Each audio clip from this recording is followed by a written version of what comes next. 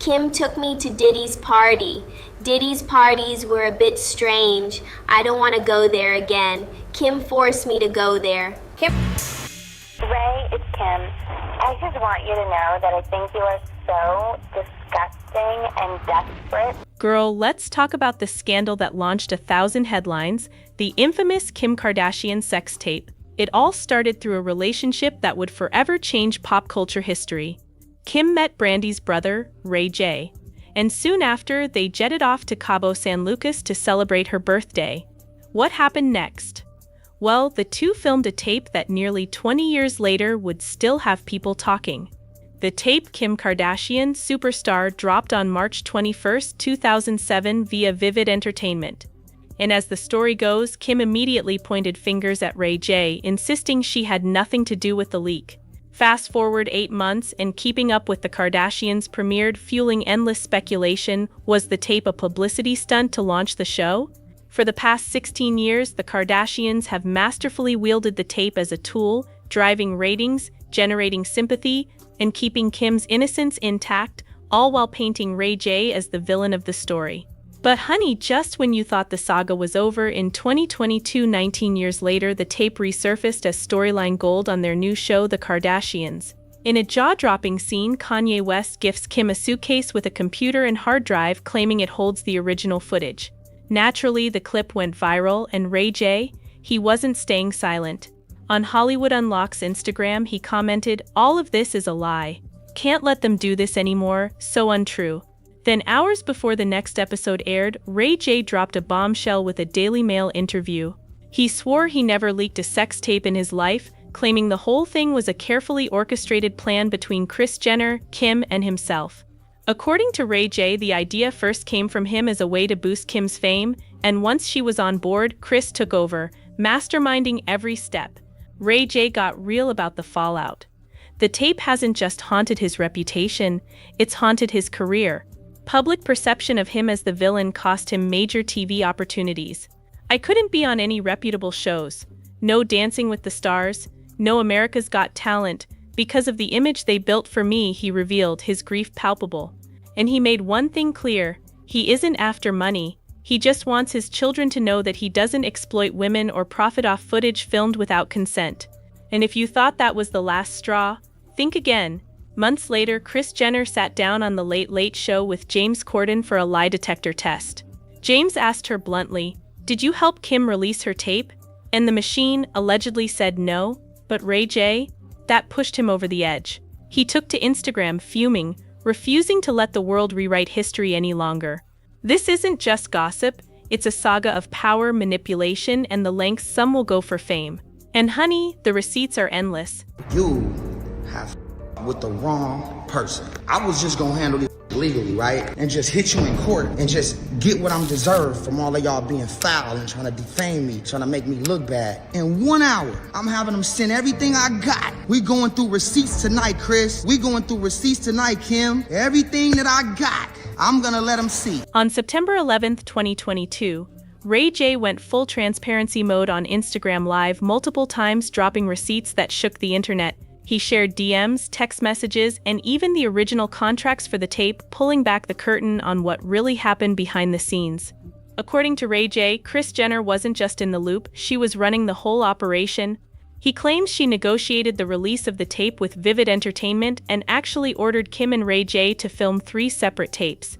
But here's the kicker: after reviewing all 3, Kris allegedly pushed for the release of just one, saying it gave her daughter the best look. And Ray J wasn't playing, he backed up every claim with proof. During the live stream, he held up copies of the contracts which clearly listed all 3 tapes, leaving zero room for doubt. The narrative that Kim was innocent and Ray J the villain? According to him, it's straight-up revisionist history. Tape number 1, Cabo intro. Tape number 2, Cabo. Tape number 3, Santa Barbara sex. He even pointed out that the handwriting on the contracts changes because, according to him, Kim herself started signing on his behalf when he was taking too long.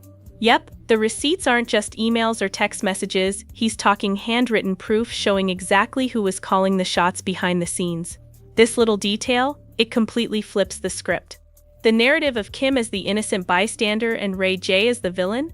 Suddenly, it looks a lot more like a carefully orchestrated plan with Kris and Kim running the show from day one. Kim is rushing me. Her mom's rushing me. Let's get this shit done. Come on, let's get it signed. Kim's with me while I'm signing my contract. She's like, hurry up, babe. Matter of fact, I'll go ahead and help you. I'm gonna sign your deliverables for you so you can just rush it through. He even went so far as to compare that portion of handwriting to a birthday card he had received from Kim, showing that it was unmistakably her writing. Every little detail, every signature, every contract move, it all paints a picture of a plan Kim and Kris were fully orchestrating while the world was being sold the story that Ray J was the bad guy. Here's the bottom line to this with me just keeping it real. If this was real, why you didn't sue me? Why didn't you sue me? Towards the end of his 45-minute Instagram Live, Ray J got emotional, really raw. He reflected on the decades of damage the tape has done to his life, the lost opportunities, the public shaming, the way his reputation was completely twisted.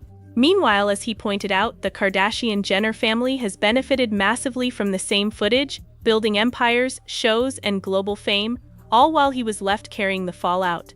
His voice cracked with frustration and heartbreak, showing the human toll behind the headlines. I think y'all can just everybody over and it's okay.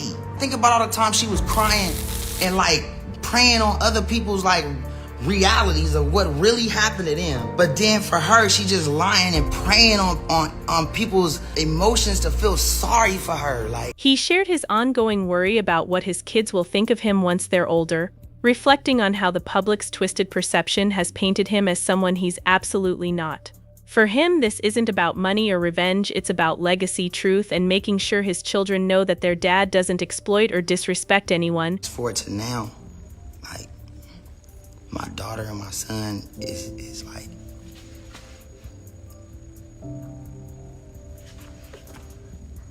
that shit fucked up.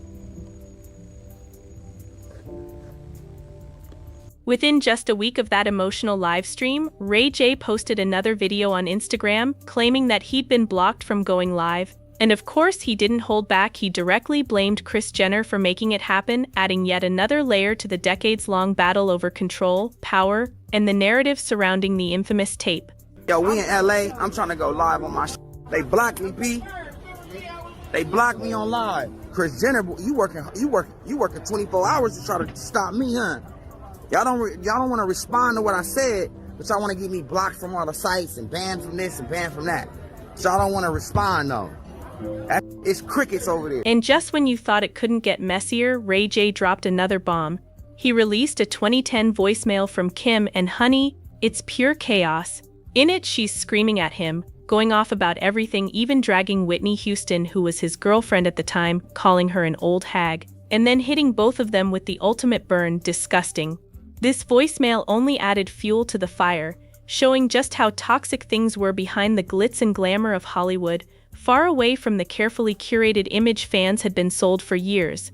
Ray, it's Kim. I just want you to know that I think you are so disgusting and desperate. I think you're honestly a sick human being, and you're just so disgusting. Have fun with old hag Whitney Houston. She's so sick, and crack is definitely not whack with you guys. She's so old and sick, and you are just sick and desperate. So leave me alone and stop calling me. Hey, you! And the money behind the infamous tape, jaw-dropping. To date, it's estimated that Kim Kardashian's sex tape has raked in over $100 million, easily making it the highest-grossing adult tape of all time. TMZ obtained an email from Vivid Entertainment founder Steve Hirsch showing that the tape made $1.4 million in its first month alone, and this was long before the Kardashian empire reached its peak fame. Talk about a launchpad. But the drama doesn't stop with Kim. Enter Kylie Jenner. And yes, the headlines only get juicier. Kylie first met Tyga when she was 14 and he was 21, a detail that would later fuel years of media scrutiny. Fast forward 3 years and rumors began swirling around Kylie's 17th birthday party, a night that would cement Tyga in the center of controversy. Photos and videos surfaced of the then 24-year-old Tyga handing Kylie a bottle of tequila and telling her to take a shot. Just days later, Tyga called off his engagement to Blac Chyna and didn't even show up for a club appearance at Greystone Manor in West Hollywood after the venue refused entry to underage Kylie. Naturally, the media went wild, speculating that the two were already dating. But Tyga, he shut it down, denying the rumors during an episode of The Breakfast Club. Are you smashing her now? You red shirting until you turn 18? No, I'm not dating Kylie. You know what I'm saying? I'm not dating that, so I just want to get that out the way. And I want to be clear to everybody that I didn't leave my family to be with Kylie. Have you been contacted by like any law enforcement? Because if people believe the blogs, it could be incriminating. They said she had a room in your house. But the drama didn't end there. Following Tyga calling Drake fake in an interview with Vibe magazine, Drake fired back in his final track on the hit album If You're Reading This, It's Too Late. He didn't hold back, rapping, "Oh, you tired? It's so childish calling my name on the world stage. You need to act your age, not your girl's age." Oof, shade delivered. And honey, just 8 days after the album dropped, Kanye West entered the scene, appearing on The Breakfast Club with comments that would only add fuel to the fire. I think he got in early. I think he was smart. They closer in age than a lot of relationships that I know. You know, he's 25. She'll be 18 in August. Like, yeah, I knew Tyga was smart. You know. And honey, the Kylie Jenner drama? It gets messy, complicated, and headline-making. Supposedly, there's a portion of Kanye West's Breakfast Club interview that was edited out where he allegedly says he thinks Kylie and Tyga were in love, but that it has to be kept a secret. A few months later, Tyga defied Cal State Fullerton's request that he not bring underage Kylie to an 18-plus concert, continuing the controversy. And it didn't stop there. Tyga went full public, getting Kylie's name tattooed on his arm and releasing a song called Pleaser, which includes a graphic line interpreted as referencing dating Kylie while she was a minor. T Nasty about to catch a felony for it. Tyga would later claim the song was written 2 years earlier, but shortly after he dropped another track, Stimulated, with the line, "They say she young, I should have waited. She's a big girl dog when she's stimulated. Yikes." By July 27, 2015, the Kardashian family weighed in publicly. Khloé appeared on the cover of Complex magazine and explained why she thought Kylie's relationship with the 21-year-old Tyga was a special case, saying Kylie is not a normal 17-year-old. You're not going to ask her what she's doing this weekend and hear about a slumber party or prom. Kylie is taking business meetings, buying her first house, flying on a private plane with Karl Lagerfeld to meetings, things people don't even do in their 30s. Let's treat this as a special case. Meanwhile, Rob Kardashian, Kylie's half-brother, announced that he and Blac Chyna, Tyga's ex-fiancé, were expecting a child. And as Kylie approached her 18th birthday, her relationship with Tyga became official content on Keeping Up with the Kardashians, cementing their status in the public eye. But of course, love in the Kardashian-Jenner world rarely stays simple. In a 2016 Complex interview, Kylie mentioned taking a temporary break from Tyga. 7 months later, in 2017, the couple publicly confirmed their breakup. And just a month after that, Kylie was spotted holding hands with rapper Travis Scott at Coachella. She later told GQ that she spontaneously joined Travis on tour, and soon after she became pregnant with her first child, Stormi. But as fans know all too well, 1 year after Stormi's birth, Kylie and Travis split after she caught him cheating. From underage parties to tattoos, controversial tracks, and whirlwind breakups, Kylie's love life became an endless media spectacle, a story of fame, controversy, and high-profile heartbreak, all under the watchful eye of the public. I pretended I didn't know you, went along with whatever narrative you guys wanted to, no matter how much bullshit I got from it. But to say you don't know me and you've never been with me, when you've definitely been with me, when everybody's seen you with me, when I have pictures and videos of you with me, come on, you cheat on that every single night, the whole city sees it. Don't do this. 1 year after her breakup with Travis, Kylie and Travis got back together and soon announced that Kylie was pregnant once again. But just 2 months later, the couple found themselves under an intense public microscope after one of the most devastating events in recent concert history, Astroworld. Astroworld, Travis Scott's annual music festival, turned into a nightmare in 2021 when 8 people died during his performance, with 2 more succumbing to their injuries in hospitals over the following days. In total, 10 people aged 9 to 27 lost their lives, crushed and trampled in the chaos. Authorities immediately launched a criminal investigation to figure out what went wrong. That night alone, 25 people were evacuated to local hospitals and more than 300 were treated in the festival's field hospital, while later reports from victims' attorneys claimed that over 900 people sustained injuries. Much of the blame fell on Travis Scott's marketing of the festival and his behavior on stage. Videos advertising the event even showed people hopping fences and running past security to get in, and during the festival, hundreds of people did exactly that, overwhelming VIP checkpoints, bypassing barriers, and crowding the venue beyond capacity. At one point, medical staff were trying to treat an unresponsive person in front of a reserved section, but the crowd kept pushing through, leaving no room to help the victim. Ambulances had to drive through the crowd just to make space, yet when Travis noticed one of them, he reportedly pointed and yelled, "What the ___ is that?" Two of his team members quickly spoke with him on stage, after which Travis turned back to the crowd and said he wanted to hear the ground shake before dropping his song Upper Echelon. The result? Members of the crowd climbed onto the ambulance and danced on the roof, blocking aid for the victims. Kylie even posted Instagram stories showing the ambulance, which stayed up overnight as news of the tragedy spread. Later in the night, Travis briefly stopped mid-song to watch security remove an unconscious person from the crowd, but then continued performing as attendees began chanting, "Stop the show! Stop the show! Stop the show! Stop the show! Stop the show!" But the outrage didn't stop at the festival itself. Despite the crowd chanting "Stop the show," their pleas went unheeded. Kylie, her 3-year-old daughter Stormy, and Kendall Jenner were seen being escorted out by security, yet both would later claim they had no idea what was happening until the next day. On the Kardashians, Kendall even went so far as to lie, saying she was in Miami that weekend, despite videos showing her at Astroworld. Kylie's own footage posted publicly on Instagram showed medical staff desperately trying to save lives and captured her rushing through the chaos, but she later claimed she didn't know what was happening. Fans were left with a bad taste in their mouths, seeing the footage juxtaposed with her statements.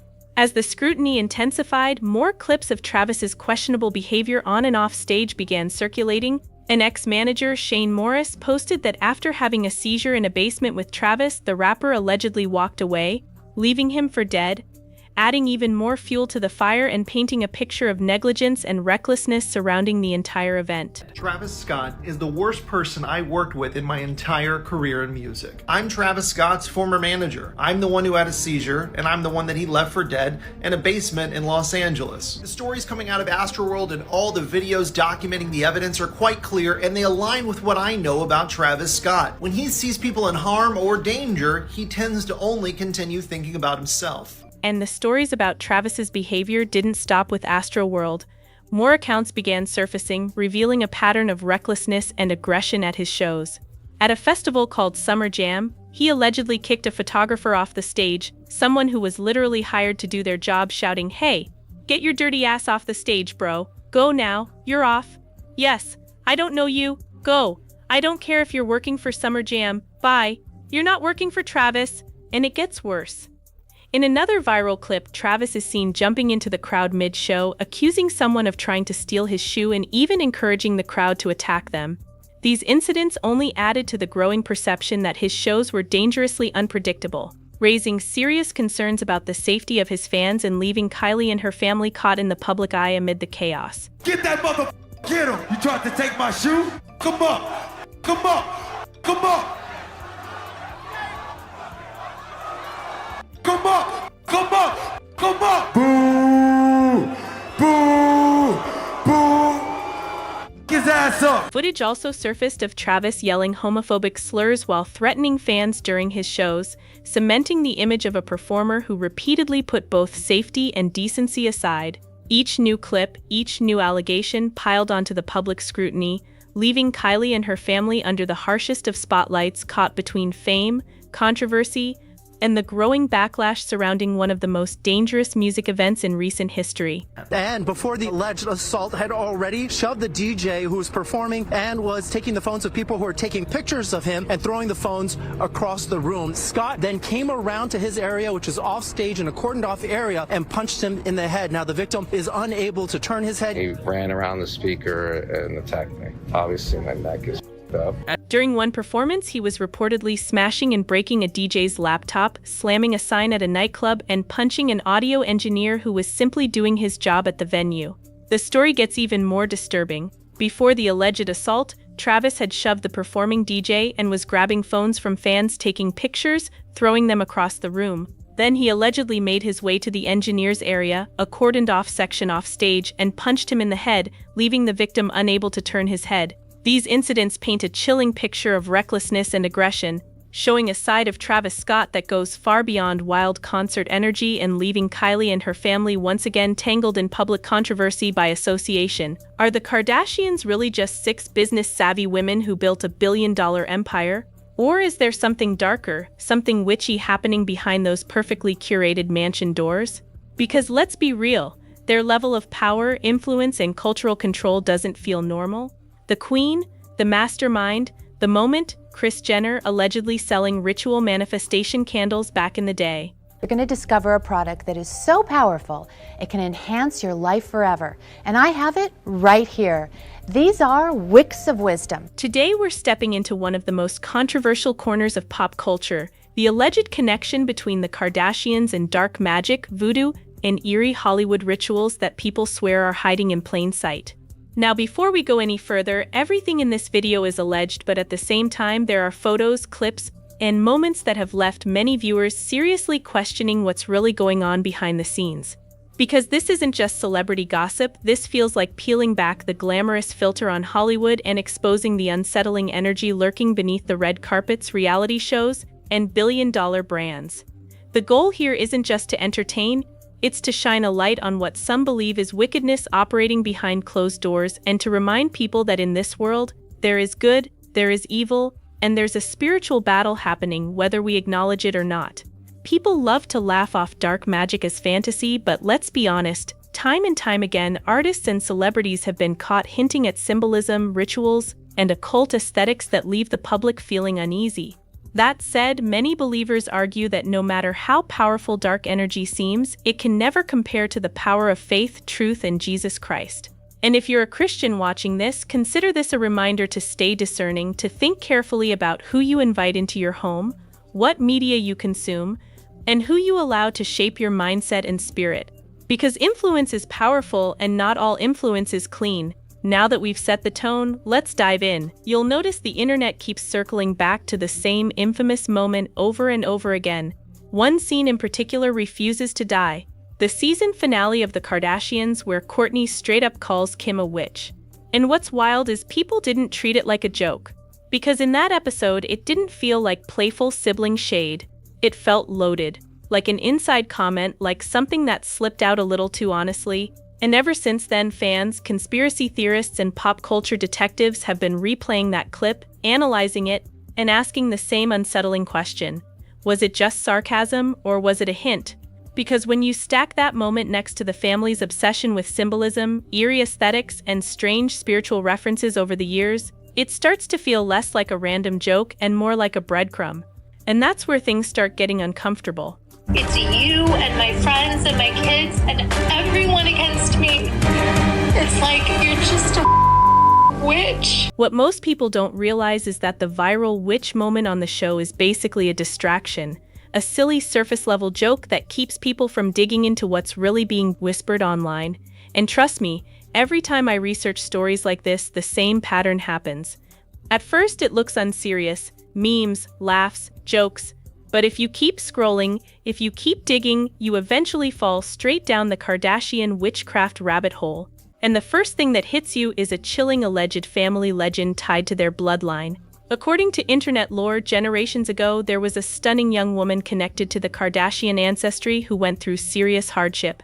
She allegedly became a mother at a very young age, struggled to survive, and feared her children would inherit the same painful life. Desperate to change her family's future, she is rumored to have approached a coven of witches, begging for one thing above all else, that the women in her bloodline would grow up to live lives of fame, fortune, beauty, and power, never having to suffer the way she did. But here's the terrifying part. In witchcraft folklore, nothing comes for free. Every blessing demands a sacrifice, and the alleged price of this pact? A curse tied to the men who become romantically involved with Kardashian women, The story claims that any man who loves a Kardashian and then leaves will watch his life unravel. Career decline, personal chaos, public downfall.